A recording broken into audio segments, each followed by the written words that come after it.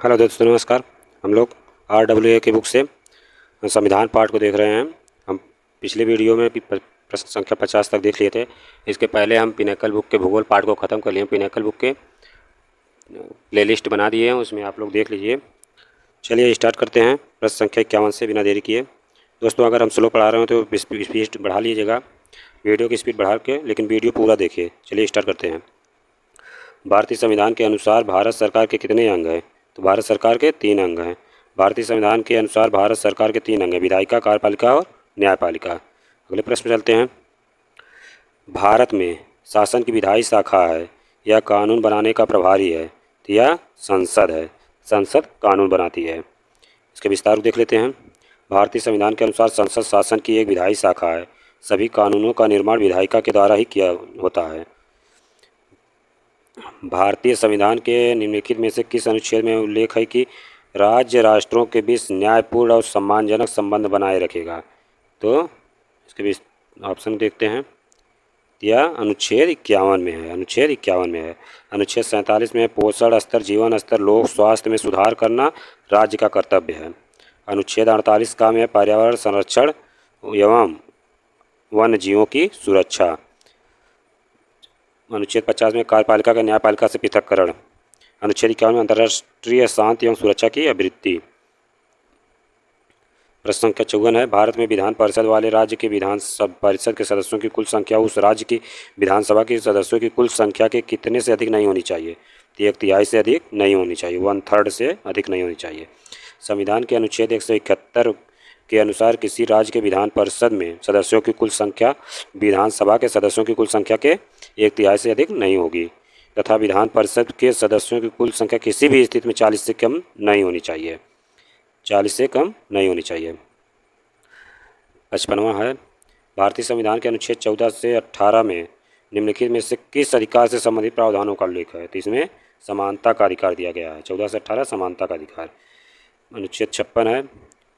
भारतीय संविधान का अनुच्छेद 19(1)(b) निम्नलिखित में से किससे संबंधित है? तो यह शांतिपूर्ण और निरायुध सम्मेलन करने की स्वतंत्रता, यानी बिना हथियार के शांतिपूर्ण सम्मेलन करने की स्वतंत्रता देता है।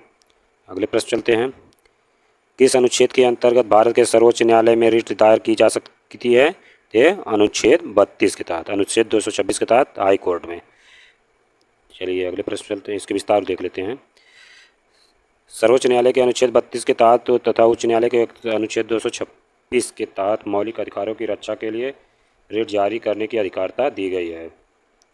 भारतीय संविधान के में निम्नलिखित में से किस अनुच्छेद में राज्यपाल द्वारा राज्य के विधानमंडल को विशेष संबोधन का अधिकार उल्लेख है? यह है अनुच्छेद 176 में। अनुच्छेद 176 में। इसके विस्तार देख लेते हैं। अनुच्छेद 173 राज्य विधायिका की सदस्यता हेतु अर्हता है। अनुच्छेद 175 सदनों को संबोधित करने और संदेश भेजने का अधिकार राज्यपाल को है। अनुच्छेद 176 राज्यपाल अपने आम चुनाव के बाद विधानसभा के प्रथम सत्र के आरंभ में तथा प्रत्येक वर्ष के प्रथम सत्र के आरंभ में विधानसभा में या विधान परिषद में वाले राज्यों में एक साथ दोनों सदनों में अभिभाषण विशेष संबोधन करेंगे। अनुच्छेद प्रश्न संख्या 59 संविधान की समाज की बदलती आवश्यकताओं की पूरा करने के लिए समय के साथ अनुकूलित होने और बढ़ने की क्षमता का वर्णन किस शब्द से किया गया है? या लचीलापन से किया गया है। भारत का संविधान विश्व का सबसे लंबा लिखित संविधान है। भारतीय संविधान अपने सभी के लिए सार्वभौमिक व मताधिकारों की गारंटी देता है, या सभी नागरिकों को देता है। सार्वभौम व मताधिकार संविधान के दायरे में रहकर यथासंभव अधिक से अधिक लोगों को वोट देने का अधिकार सुनिश्चित करता है, जैसा कि एक व्यक्ति एक वोट सिद्धांत द्वारा समर्थित है। भारत में वयस्क मताधिकार की न्यूनतम आयु 18 वर्ष निश्चित की गई है। 18 वर्ष किस संशोधन द्वारा? 61वें संविधान संशोधन द्वारा। 61वें संविधान संशोधन द्वारा 1989 में 18 वर्ष कर दी गई। इसके पहले 21 वर्ष थी। चलिए अगले प्रश्न चलते हैं। निम्नलिखित में से कौन सा भारतीय संविधान में उल्लिखित राज्य के नीति निर्देशक सिद्धांत नहीं है? तो ऑप्शन में देखते हैं। तो विधायिका को कार्यपालिका से अलग करना, विधायिका को कार्यपालिका से अलग करना। भारतीय संविधान में नीति निर्देशक सिद्धांतों के अनुच्छेद 50 में न्यायपालिका का कार्यपालिका से पृथक्करण का उल्लेख है, जबकि विधायिका और कार्यपालिका को अलग करने का उल्लेख नीति निर्देशक सिद्धांतों में नहीं है। नीति निर्देशक सिद्धांतों में नहीं है। चलिए अगले प्रश्न चलते हैं। भारतीय संविधान के निम्नलिखित में से किस अनुसूची में समवर्ती सूची को दी गई है? यह 7वीं अनुसूची दी गई है, 7वीं में दी गई है। केंद्र व राज्यों के बीच शक्तियों के बंटवारे के बारे में जानकारी दी गई है, किसमें? 7वीं अनुसूची में, 12वीं नहीं 7वीं। 7वीं अनुसूची के अंतर्गत 3 अनुसूचियाँ, संघ सूची, राज्य सूची और समवर्ती सूची। संघ सूची के विषय हैं जिस पे केंद्र सरकार कानून बना सकती है: प्रतिरक्षा, विदेशी मामले, रेल, डाक, बैंकिंग सेवा, परमाणु इत्यादि। राज्य सूची में है राज्य सरकार द्वारा कानून बना सकती है: जेल, पुलिस, स्थानीय स्वशासन, कृषि। वन को भी समवर्ती सूची में, वन को समवर्ती सूची में 1976 में रख दिया गया है। समवर्ती सूची इसमें दोनों कानून बना सकते हैं, लेकिन दोनों टकराव पर केंद्र सरकार का कानून मान्य होगा। शिक्षा, ये भी 76वें संविधान संशोधन द्वारा समवर्ती सूची बना दिया गया। विवाह, तलाक, बिजली, समाचार पत्र, श्रमिक संघ, वन, ये भी 76वें संविधान संशोधन द्वारा समवर्ती सूची बना दिया गया। उसके पहले राज्य सूची था। माप तौल इत्यादि। संविधान का पालन करें और उसके आदर्शों, संस्थाओं, राष्ट्रध्वज और राष्ट्रगान का आदर करें, यह भारतीय संविधान में उल्लिखित है। उल्लिखित एक है, यह मौलिक कर्तव्य है। मौलिक कर्तव्य है। मौलिक अधिकार भारतीय संविधान के किसमें निहित है? चलिए ऑप्शन देखते हैं। तो भाग 3 में मौलिक अधिकार है, 12 से 35 तक। राज्यसभा में केंद्र शासित प्रदेशों के प्रतिनिधि कैसे चुने जाते हैं? तो यह राज्य निर्वाचक मंडल के सदस्यों द्वारा अप्रत्यक्ष रूप से निर्वाचित किए जाते हैं। इसके विस्तार को देखते हैं। भारतीय संविधान के अनुच्छेद 84 के अनुसार राज्य विधानमंडल के निर्वाचित सदस्यों, मनोनीत नहीं, जो मनोनीत होते हैं वो इसमें शामिल नहीं होते हैं, द्वारा राज्यसभा के सदस्यों का चुनाव किया जाता है। राज्यसभा के सदस्यों का चुनाव अनुपातिक प्रतिनिधित्व प्रणाली द्वारा एकल संक्रमणी मत के आधार पर होता है। भारत में किसी भी केंद्र शासित प्रदेश जिसकी शक्तियाँ राज्यों की तुलना में अधिक सीमित हो का निर्माण उसे भंग कर सकता है या सकती है। तो इसका उत्तर हो जाएगा राष्ट्रपति। राष्ट्रपति। 67वें में चलते हैं। भारतीय संविधान के किस अनुच्छेद के अनुसार लोकसभा संसद का निचला सदन है? यह 79 के तहत है। 80 में संसद है, 79 में लोकसभा, 79 में संसद है और 80 में लोकसभा और 81 में राज्यसभा है। चलिए अगले प्रश्न चलते हैं। संसद, राष्ट्रपति, लोकसभा और राज्यसभा से मिलकर बनी है। भारतीय संविधान में राज्य के नीति निर्देशक सिद्धांतों का उद्देश्य एक का निर्माण करना है। किसका? कल्याणकारी राज्य का निर्माण करना है। नीति निर्देशक तंत्र गांधी जी की संकल्पना पर आधारित है। भारत के वित्त आयोग में एक अध्यक्ष और होते हैं, तो और 4 सदस्य होते हैं। 4 सदस्य होते हैं। अनुच्छेद 280 में वित्त आयोग के गठन का प्रावधान है। राज्य वित्त आयोग का गठन संविधान के अनुच्छेद 243 झ के तहत है। भारतीय संविधान का अनुच्छेद 39 ए निम्नलिखित में से किससे संबंधित है? या निःशुल्क कानूनी विधिक सहायता से संबंधित है। अनुच्छेद 39 से आर्थिक न्याय प्राप्त करने का सिद्धांत। अनुच्छेद 39 से है समान न्याय व निःशुल्क विधिक सहायता या कानूनी सहायता। 43 भी है सहकारी समितियों का गठन 97वें संविधान संशोधन 2011 द्वारा। चलिए अगले प्रश्न चलते हैं। भारत का चुनाव आयोग एक संवैधानिक निकाय है। चुनाव एक संवैधानिक निकाय है। संविधान के भाग 15 अनुच्छेद 324 से 329 में निर्वाचन आयोग तथा निर्वाचन संबंधी प्रावधान है। चुनाव आयोग की स्थापना 25 जनवरी 1950 को हुई थी। यह एक संवैधानिक निकाय है। 25 जनवरी को ही तभी वोटर्स डे मनाया जाता है, मतदाता दिवस। भारत मुख्य चुनाव आयुक्त की नियुक्ति राष्ट्रपति करता है। भारत के मुख्य चुनाव आयुक्त की नियुक्ति राष्ट्रपति करता है। इसका कार्यकाल 6 वर्ष या 65 वर्ष जो भी पहले होता है। निर्वाचन आयोग केंद्र व राज्य सरकारों के लिए चुनाव संबंधी दिशा निर्देश जारी करता है। राज्यों में होने वाले पंचायत व निगम चुनावों से चुनाव आयोग का कोई संबंध नहीं होता है। इसके लिए भारतीय संविधान में अलग से राज्य निर्वाचन आयोग का गठन किया गया है। भारतीय संविधान के अनुसार एक राज्यपाल को नियुक्त किया जा सकता है। नियुक्त किया जा सकता है तो 2 या 2 से अधिक राज्यों के लिए। यहाँ पे नहीं दिया और देखते हैं ऑप्शन। 2 या 2 से अधिक राज्यों के लिए ऑप्शन सी सही है। भारतीय संविधान के अनुच्छेद 153 के द्वारा प्रत्येक राज्य का एक राज्यपाल होगा, परंतु 7वें संविधान संशोधन 1956 के में एक परंतु जोड़ा गया, जिसके अनुसार एक ही व्यक्ति 2 या 2 से अधिक राज्यों के लिए राज्यपाल नियुक्त किया जा सकता है। अनुच्छेद 73 है, प्रश्न संख्या 73 है, निम्नलिखित में से कौन सा भारतीय संविधान में उल्लिखित मौलिक अधिकारों में से एक नहीं है? या शोषण का अधिकार नहीं है। संविधान में उल्लिखित मूल अधिकार: समानता का अधिकार 14 से 18, स्वतंत्रता का अधिकार 19 से 22, शोषण के विरुद्ध अधिकार 23-24, धर्म की स्वतंत्रता का अधिकार 25 से 28, संस्कृत और शिक्षा संबंधी अधिकार 29-30, 29-30 अल्पसंख्यकों के लिए विशेष रूप से, संवैधानिक उपचारों का अधिकार 32। इसके तहत 32 के तहत ही रिट जारी करता है सुप्रीम कोर्ट। भारत के बॉम्बे उच्च न्यायालय की स्थापना किस वर्ष में की गई थी? तो क्या 1862 में की गई थी, 1861 भारत शासन अधिनियम के द्वारा। कलकत्ता, बम्बई, मद्रास उच्च न्यायालय की स्थापना 1862 में हुई थी। प्रयागराज की स्थापना 1866 में हुई थी। इसकी भी स्थापना 1866 में, लेकिन 1861 के अधिनियम के द्वारा ही हुई थी। आय की असमानताओं को कम करने के प्रयास का उल्लेख भारतीय संविधान के अंतर्गत आता है। तो किसके अंतर्गत आता है? यह नीति निर्देशक सिद्धांतों के अंतर्गत आता है। भारत के संविधान के भाग 4 में नीति निर्देशक तत्व अनुच्छेद 39 में आर्थिक न्याय के सिद्धांत का उल्लेख है। चलिए और अगला प्रश्न देखते हैं। भारतीय राज्य की कार्यकारी शक्ति किसमें निहित होती है? या राज्यपाल में निहित होती है। राज्यों में राज्यपाल की कार्यपालिका का प्रधान होता है। राज्यपाल ही कार्यपालिका का प्रधान होता है। वह नाम मात्र का शासन प्रमुख होता है। वास्तविक शक्तियाँ मुख्यमंत्री में निहित होती हैं, पास होती हैं। भारतीय संविधान का निम्नलिखित में से कौन सा अनुच्छेद भारत के चुनाव आयोग से संबंधित है? तो 324 चुनाव आयोग से संबंधित है। इसके बारे में तो देख ही लिए हैं विस्तार। कौन सा कथन सही है? राज्य के नीति निर्देशक सिद्धांत कानून द्वारा परिवर्तनीय नहीं है। राज्य के नीति निर्देशक सिद्धांत वाद योग्य नहीं है। तो दोनों सही है, दोनों सही है। चलिए अगले प्रश्न चलते हैं। निम्नलिखित में से भारत के नियंत्रक एवं महालेखा परीक्षक का कार्यकाल कौन सा है?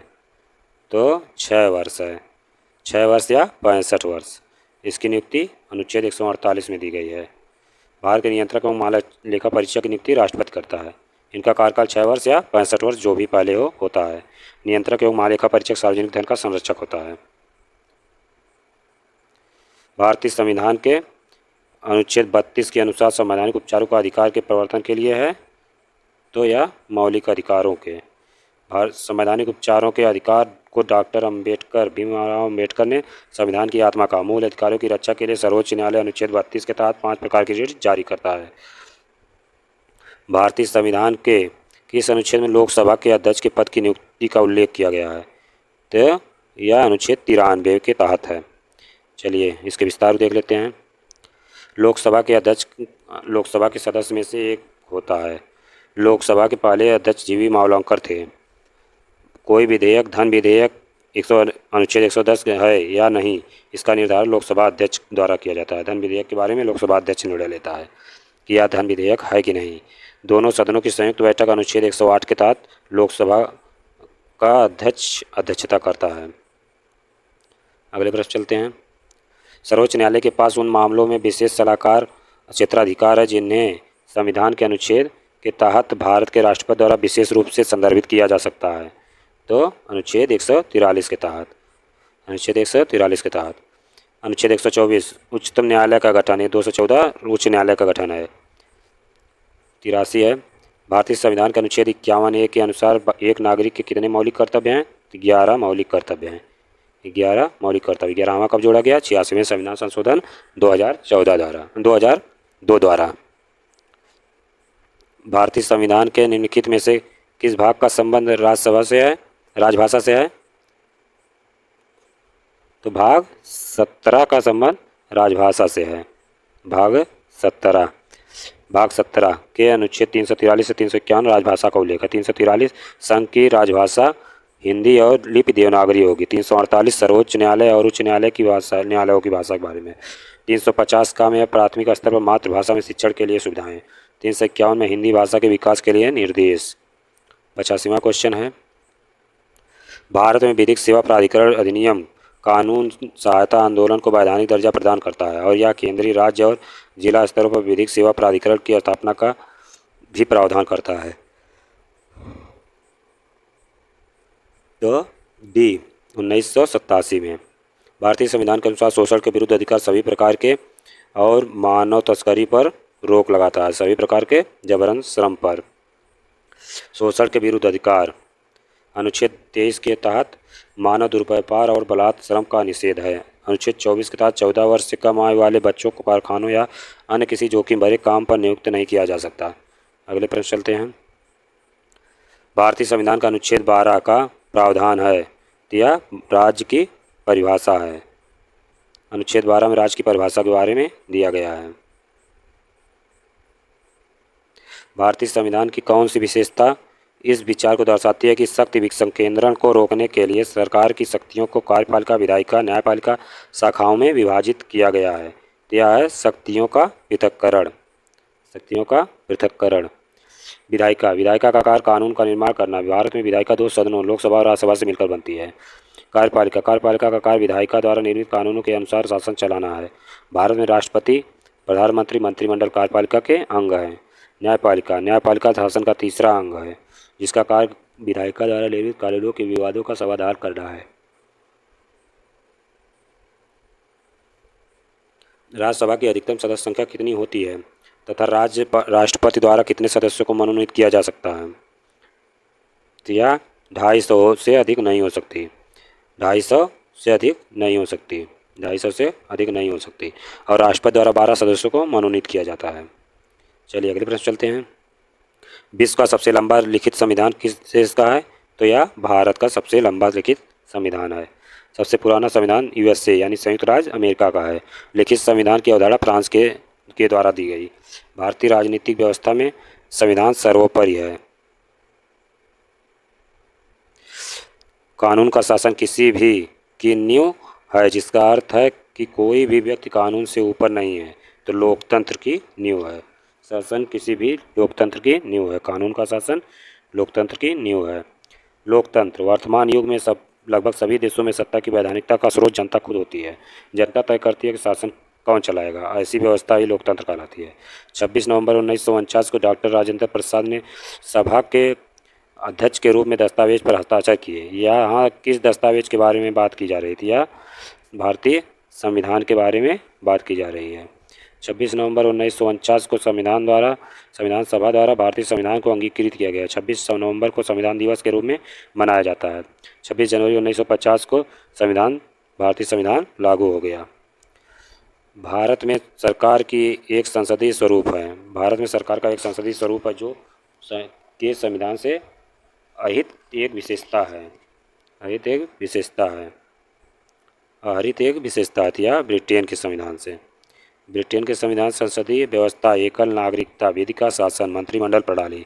यूएसए से लिया गया प्रस्तावना, मौलिक अधिकार, न्यायिक पुनरावलोकन, स्वतंत्र न्यायपालिका, निर्वाचित राष्ट्रपति, महाभियोग उपराष्ट्रपति। ऑस्ट्रेलिया से प्रस्तावना की भाषा, संसद के दोनों सदनों की संयुक्त बैठक, समवर्ती सूची, केंद्र राज्य संबंध के बारे में लिया गया है। लोकसभा का कार्यकाल जब तक भंग ना हो उसकी पहली बैठक की नियत तारीख से 5 साल तक होती है। 5 वर्ष होती है। लोकसभा अनुच्छेद 81 के तहत लोकसभा है। अनुच्छेद 180 में राज्यसभा है। अनुच्छेद 79 में संसद के बारे में है। लोकसभा को निचला सदन या प्रथम सदन या हाउस ऑफ पीपुल्स भी कहते हैं। लोकसभा का सदस्य निर्वाचित होने के लिए न्यूनतम आयु सीमा 25 वर्ष है। लोकसभा के सदस्यों का कार्यकाल 5 वर्ष का होता है। मंत्रिपरिषद सामूहिक रूप से लोकसभा के प्रति उत्तरदायी होता है। लोकसभा के सदस्यों की अधिकतम संख्या 550 हो सकती है, परंतु वर्तमान में लोकसभा के सदस्यों की संख्या 543 है। निम्नलिखित में से किस मामले में लोकसभा और राज्यसभा को समान शक्तियां प्राप्त नहीं हैं? किस धन विधेयक संबंधी पारित करने में। संविधान के अनुच्छेद 110 में धन विधेयक का विवरण। धन विधेयक राष्ट्रपति की सिफारिश से केवल लोकसभा में ही प्रस्तुत किया जा सकता है। अनुच्छेद 117 के तहत धन विधेयक का निर्धारण लोकसभा के अध्यक्ष द्वारा किया जाता है। चुनाव आयोग राज्य विधानमंडल और राष्ट्रपति और उपराष्ट्रपति के पदों के लिए चुनाव का संचालन करता है। या संसद। भारतीय संविधान के भाग 15 के अनुच्छेद 324 से 329 तक चुनाव आयोग से संबंधित प्रावधान है। चुनाव आयोग से संबंधित प्रावधान है। लोकसभा का सदस्य बनने के लिए न्यूनतम आयु सीमा कितनी वर्ष है? तो 25 वर्ष है। चलिए अगले प्रश्न चलते हैं। संसद मिलकर बनती है, राज्यसभा राष्ट्रपति लोकसभा से मिलकर बनती है, तो तीनों सही है। चलिए इसके विस्तार देख लेते हैं। अनुच्छेद 79 के अनुसार संसद राष्ट्रपति राज्यसभा लोकसभा से मिलकर बनती है। राज्यसभा का अनुच्छेद 80 में उल्लेख है, लोकसभा का 81 में है। चलिए अगले प्रश्न चलते हैं। निम्नलिखित में से कौन सा कथन भारत के संसद के संयुक्त सत्र के बारे में सही नहीं है? तो कौन सा सही नहीं है? तो राज्यसभा के सभापति संयुक्त सत्र की अध्यक्षता करते हैं, नहीं, इसकी अध्यक्षता लोकसभा के अध्यक्ष द्वारा की जाती है। अनुच्छेद 108 के तहत संयुक्त सत्र का वर्णन होता है। संयुक्त सत्र की अध्यक्षता लोकसभा अध्यक्ष करते हैं। अब तक केवल 3 बार संयुक्त सत्र बुलाया गया। दहेज प्रथा, दहेज निषेध विधेयक 1961, बैंकिंग सेवा आयोग अधिनियम 1978, आतंकवाद निवारण अधिनियम 2002। भारतीय संविधान के मूल लेख में अनुच्छेद थे तो 395 अनुच्छेद थे, 8 अनुसूचियाँ, 22 भाग मूल संविधान में। भारतीय संविधान के किस अनुच्छेद में कहा गया है कि भारत अर्थात इंडिया राज्यों का संघ होगा?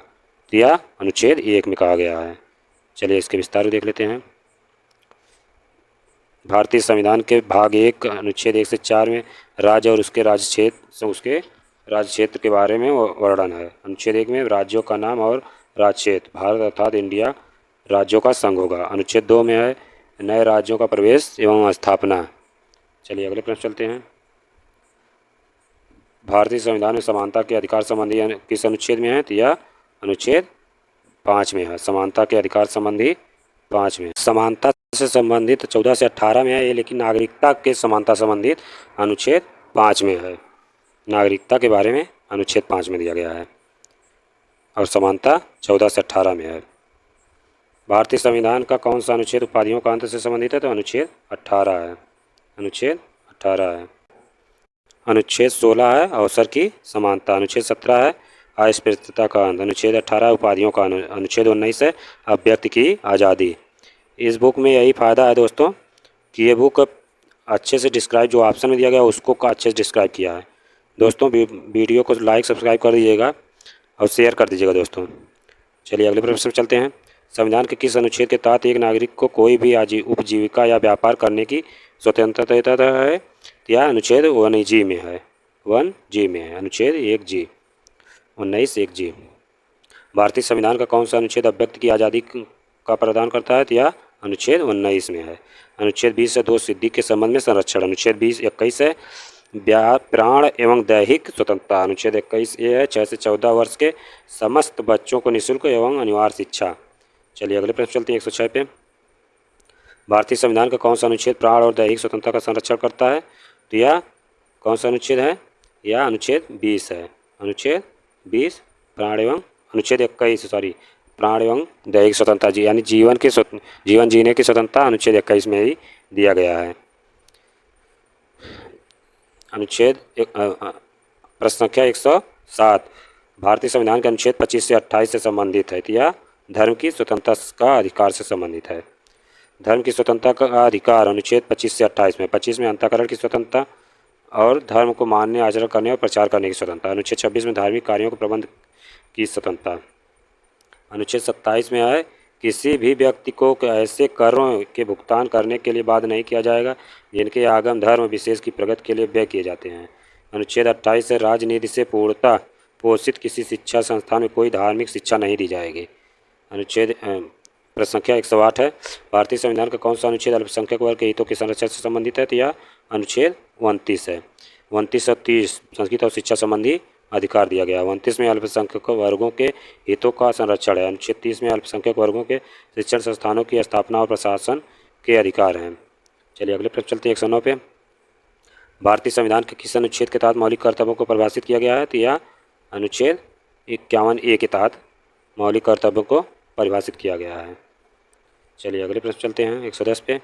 मूल कर्तव्य को भारतीय संविधान के भाग 4A के अनुच्छेद में सूचीबद्ध किया गया है। तो यह भाग 11 मूल कर्तव्यों को अनुच्छेद 51A के तहत सूचीबद्ध किया गया है।